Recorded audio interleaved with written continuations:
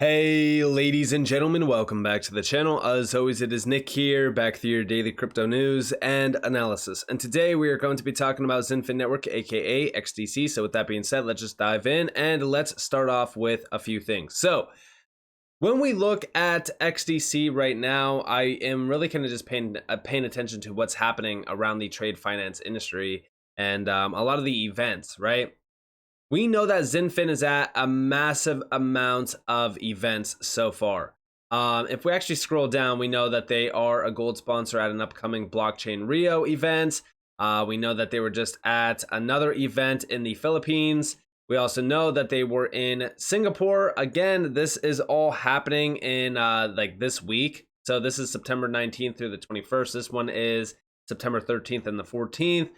We know this one is September 12th and the 14th. Like, these are massive events, and we see XinFin still holding a ton of them around a few big areas as well. Like, this one is trade finance landscape, digitalization, MLETR. There is so many events happening. It's so hard to keep up, but this is exactly why XinFin is a must-watch token, because they constantly are at these big events. They're holding these events, talking about the significance of trade finance digitalization, the power behind XinFin. And again, I always say these events are so crucial to note around building out the community, building awareness, and things like that. And here are all of the upcoming events from XinFin from September 5th all the way up to October 29th.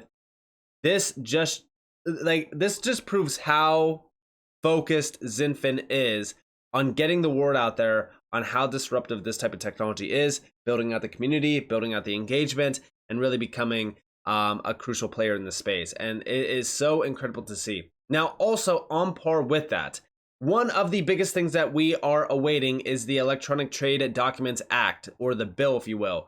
Shout out to CryptoNair D. He posted this video, and we do see the Electronic Trade Documents Act provides a legal framework for recognition and facilitates the utilization of electronic trade documents, improve security of trade, and boost to trade finance. Check this out. This is about roughly a 3.5-minute long video, but this proves to you how significant the benefits are around this new Electronic Trade Documents Bill and Act. To have electronic bills, digital bills, as opposed to paper bills.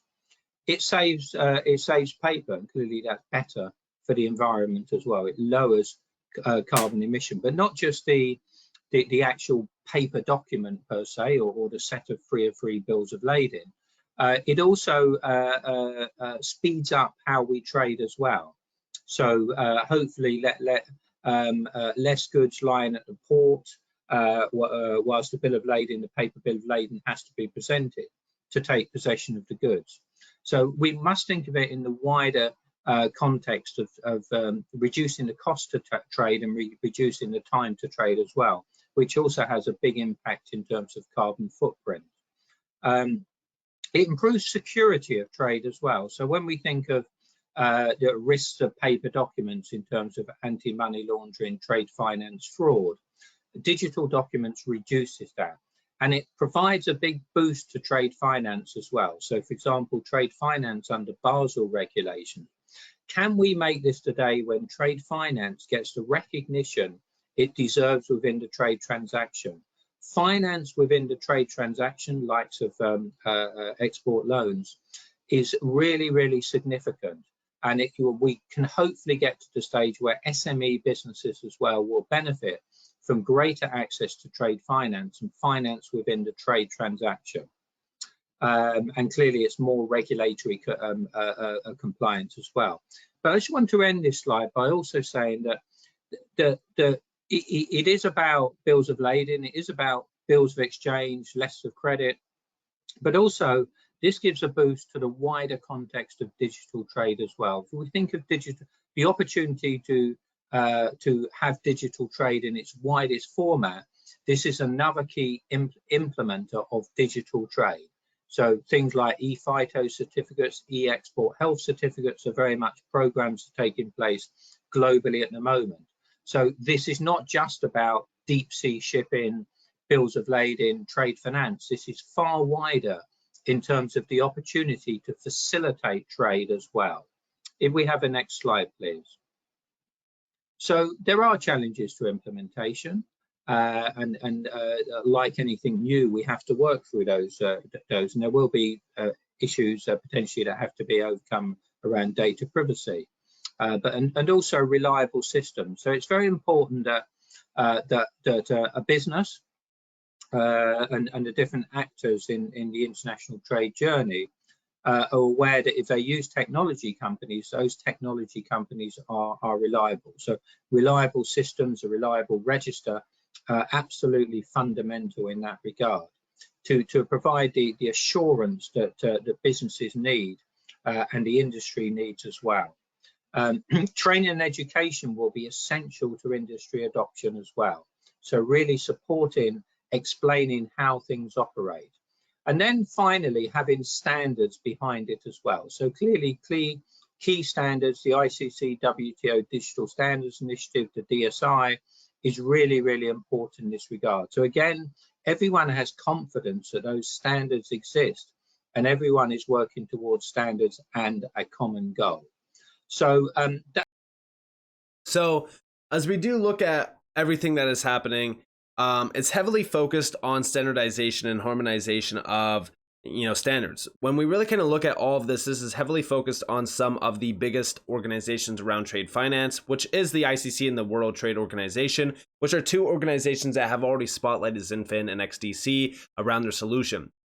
All of this is supporting the wide range adoption of these digital solutions that are going to harmonize the technology front, but also we need the standards and we need to implement those standards that are going to also harmonize the approach. It's very similar to what I've been talking about with the G20 and global regulations. We need a global regulatory framework in order to not have fragmentation on any front, and that includes standards, that includes regulations and things like that.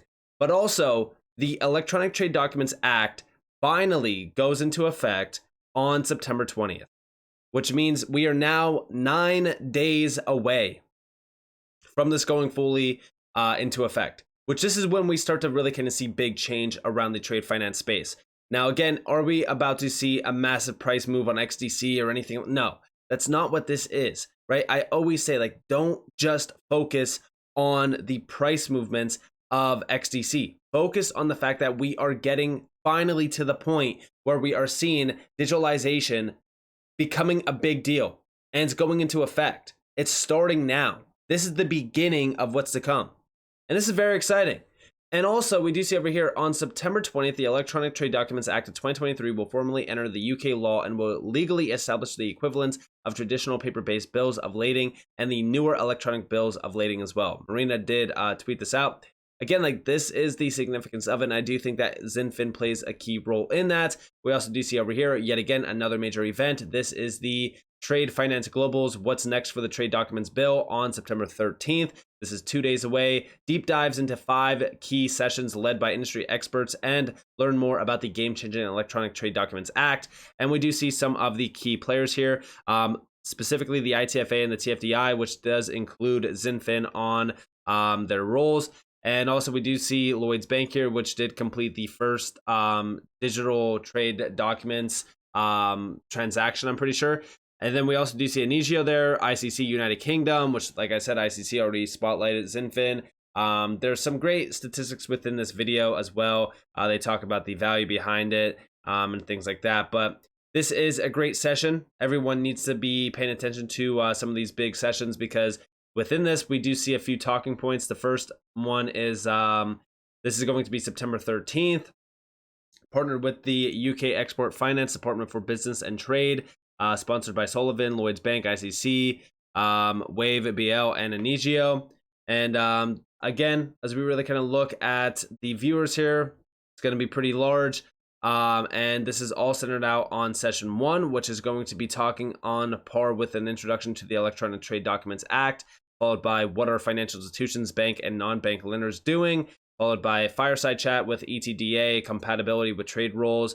Then we also do see what's happening from a shipping and logistics perspective. Then we also do see reliable systems. And then down here, we also see the sponsors and the partners. Now, like I've said, the TFDI is a big one. Here we have Trade Finance Investor Day 2023, October 19th through the 20th. This is also a big one to focus on because if we actually scroll down, we can see what this is all discussing. Remember that this is all with the TFDI members, which we do know that XinFin is a part of. We do see that it will bring together the TFDI community as well as wider investors to further improve the blueprint for trade finance distribution and supporting originate and distribute model. Again, all focused heavily on the DNI as well, which I've been looking at. But Andre Kasserman is going to be there, going to be a major speaker here. Very exciting times. Listen, all of these events are crucial to note because it does really kind of provide an insight on what's to come. And here you guys have the TFDI with the DNI. Like I've said, the DNI is the big one to really kind of look at. They are an advocate for MLETR around the world and to deliver a contract-based solution, EPU, to develop a Web3-based interoperability framework, DDoC, to achieve MLETR in banking and logistics, to scale SME financing and use of interoperable digital trade solutions compliant with MLETR. And of course, the TFDI over there to democratize access to standardized distribution practices based on automated securitization and tokenization processes, to support a full set of distribution practices to scale distribution by attracting additional capital market players. Again, both of these are key players that do, of course, include XinFin on their members list. I don't know if the DNI does, but I do know that the TFDI does. I know that there's a lot of connections with DNI and XinFin. And this is all on par with closing the multi-trillion-dollar trade finance gap and to scale trade origination and distribution. And also, by the way, I want to include 4 last final slides. These 4 slides are coming from XX underscore 1133 underscore 1221 underscore 11 and also Utility Theory. I'm pretty sure that Tokenizer might be a contributor as well. But here you guys have all of the major connections with Trade Tech and XDC Network, all connecting them back to some significant players in the game, including, of course, Anigio with DDoC. You also have Trada down there. You have all the major banks that are moving towards, trade finance, digitalization, and tokenization. You have all the global organizations. You also have the DNI, Digital Negotiable Instruments Initiative, which is really kind of tied right directly back to the TFDI, which is where we do kind of get the domino effect connection to XinFin. And this is ultimately the evolution of trade finance as a whole. And over here we have the R3 bridge with XDC Network through Impul. This is a big one to also note because this is direct connections back to some significant players through the BIS projects, for an example, and things like that. You also have Ripple down there through SBI Holdings. And then also over here, you have XDC Network itself, fully connected all through this massive network and bridges with R3 Corda, hybrid blockchain. You have trade finance with Trade Phoenix. You have NFTs as well. You have XSwap, which is a decentralized exchange. You also have some statistics, of the network as well. And then also, last but not least, this is just a little bit of an insight on some of the BIS projects. You can kind of see the connections here as well. Now remember, all of these slides are community put together slides through research and also deep dives within some of these connections. As we really kind of look at it though, I think that the crucial thing to note is just how big XinFin will most likely become in the future, especially as we know that digitalization, tokenization of some of these markets that are closing multi-trillion-dollar gaps. It's questionable on how big this entire space will be, but when we really kind of look at some of these markets, for example, like the trade finance industry, it's clear that any player that's going to be tied to some of these markets and industries, they're going to be big blue chip stocks. And when we look at XinFin, we know that XinFin is becoming a leader around the space. We know that they are like one of the first blockchain companies to join the TFDI to really kind of close that gap. And we know that the initiatives locked behind their technology stack is crucial to this as well. And now that we are moving towards standardization and to have this act finally go live in 9 days, mind you, we're really kind of excited for this because this is really kind of starting the whole domino effect of adoption and utilization. So with that being said, I hope that you guys enjoyed this video. If you guys did, definitely leave a like, subscribe to notifications on because I'm a free content. You guys are more than welcome to follow me on Twitter and join the free Discord in the description below. And with that being said, guys, it's been Nick. Peace out.